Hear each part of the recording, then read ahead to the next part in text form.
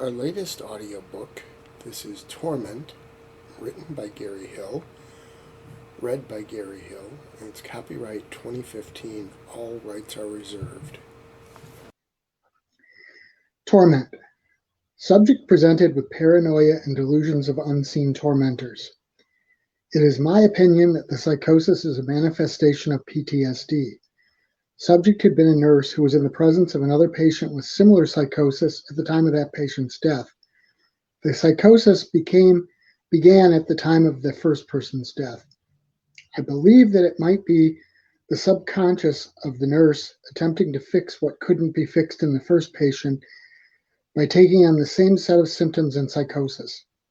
I believe that this manifestation derives from the inherent guilt and helplessness from the initial case.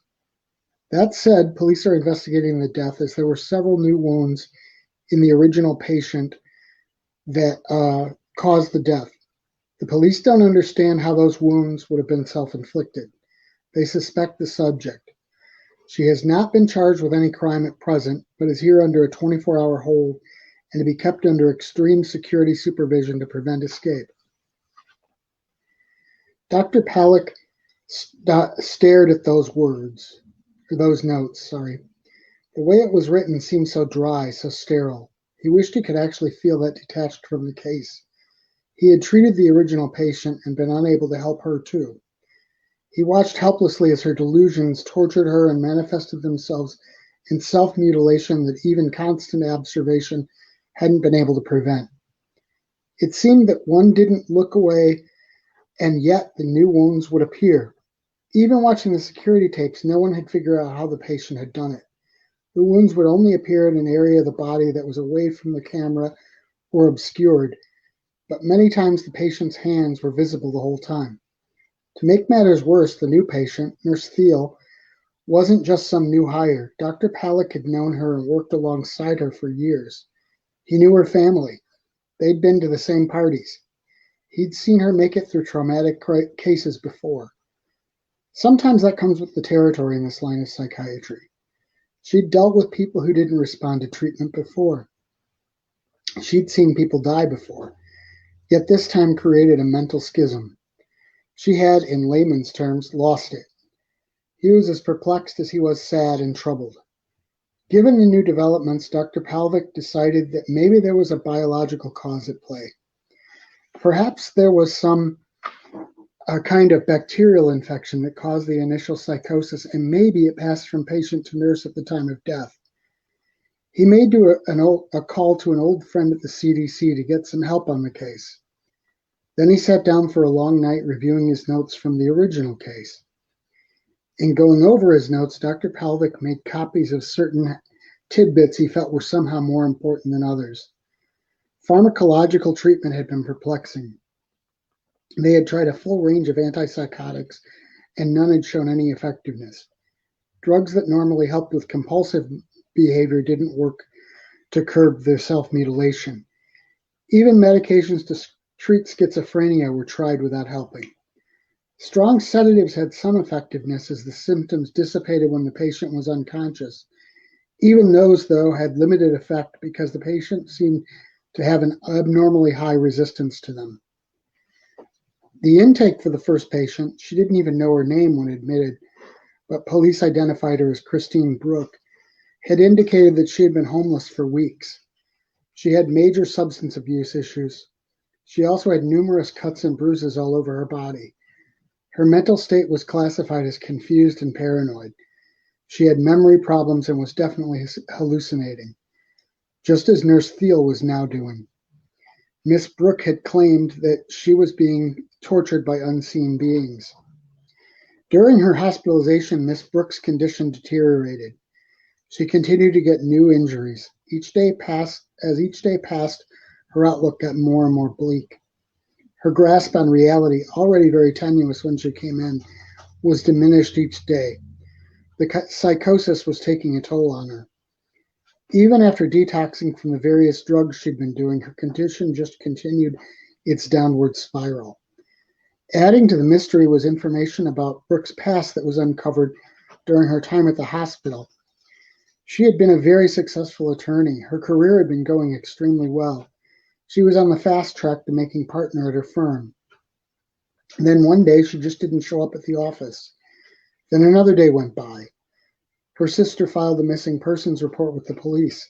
That's when they got involved. They initially found her living on the streets. Her condition at the time didn't warrant forced hospitalization, but her psychosis was noted in the initial police report. Although later in her hospitalization, Brooke stopped talking about her imaginary tormentors, at first she had quite a bit to say about them in terms of descriptions. She had said that they had blood-red eyes that conveyed nothing but sadistic desires. She also said that they looked mostly like regular people except for those eyes.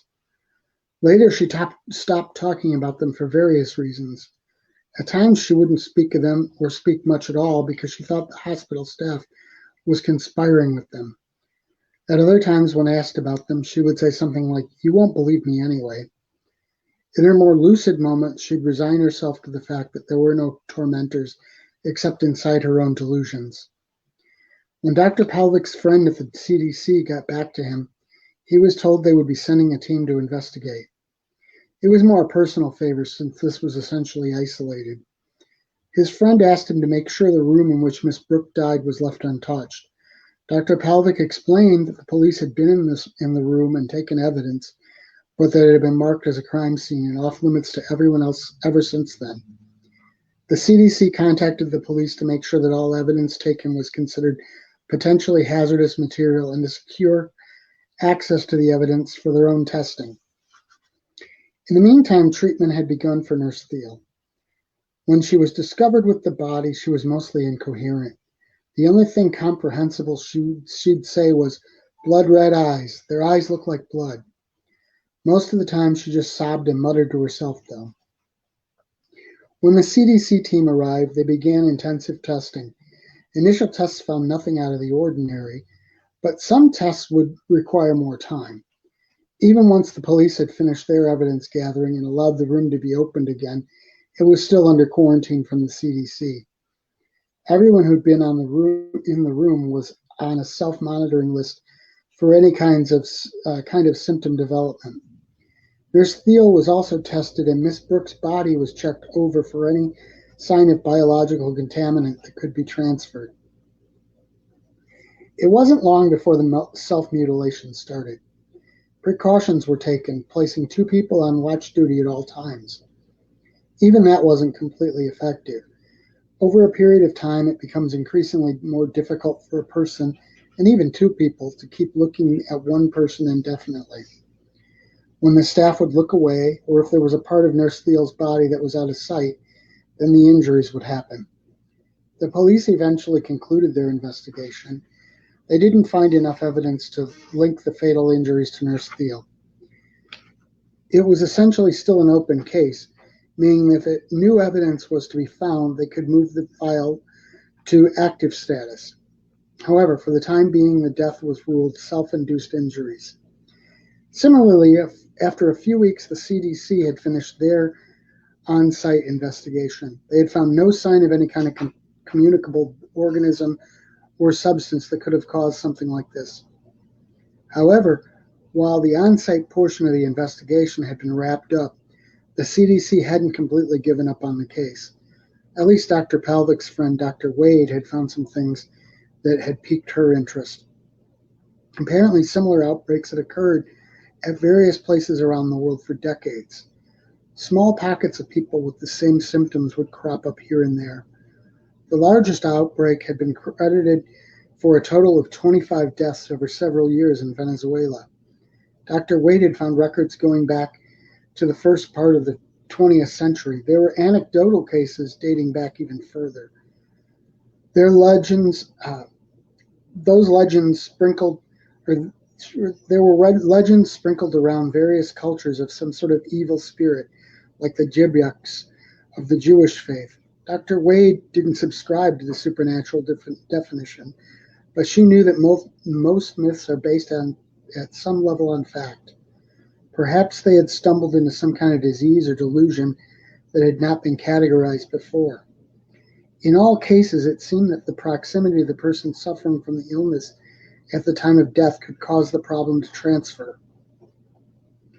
The other common factors included the self-mutilation and the description of unseen assailants. Over the course of time, Nurse Thiel's condition had been worsening. She believed that the tormentors were there for her because she was unable to help Miss Brooke.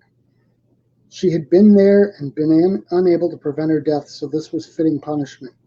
She was also convinced that they had been there the whole time. She was just unable to see them until the time of Miss Brooke's death. Just like it had been with Miss Brooke, medications other than strong sedatives had been of no use. Even those sedatives didn't work like they should. Eventually, though, there was a break. Dr. Wade had discovered that a doctor in France had worked with several patients with this same kind of disorder. He was apparently on the verge of a treatment. He'd been able to get some positive response from the latest patient and was confident that he'd be able to cure her. She gave Dr. Pelvic the contact information for the doctor, and after initial contact, he was waiting for a call back for consultation. Dr. Pelvic wanted to tell Nurse Thiel that hope had emerged. When he came in, he relieved Nurse Gordon. Tom, the security guard, remained there with him. Donna, he said, using Nurse Thiel's first name, I've got great news. There's a doctor in France who's developing a treatment for your disorder. I've left a message with his secretary about a consultation. We're going to get you well again. Tom interrupted. Hey, Doc, I really could use a bathroom break. Is there a nurse who could take over for me for a little while? Dr. Pelvic told him to go ahead. Everything is going to be okay. We're going to have a treatment plan. I can handle it by myself until you get back. As the door closed, Dr. Pelvic glanced out the window. The sun was starting to go down. The shadows were stretching along the ground, and one large tree cast a dark shadow across the room and into the corner. He thought about how this dark ordeal was nearly finished for all of them. There was a lightness here he hadn't felt in a long time, despite the growing shadows. That lightness was hope. He was probably only lost in thought for a moment or two. It was a brief interlude of relief. Then he heard a strange sound. It was an odd gurgling along with a release of air. He looked at Nurse Thiel, and her throat had been slit. The life was rushing out of her body. He got up to try to help, but she slumped down and was already dead. Then it emerged from the corner. It wasn't so much like it came out, but more like it had always been there. It looked like a regular person, but the eyes were blood red and sadistic. The being spoke. Shall we begin? Spooky Ventures is the home for spooky content and spooky merchandise on the web. Check it out today at spookyventures.com. And remember, always keep it spooky.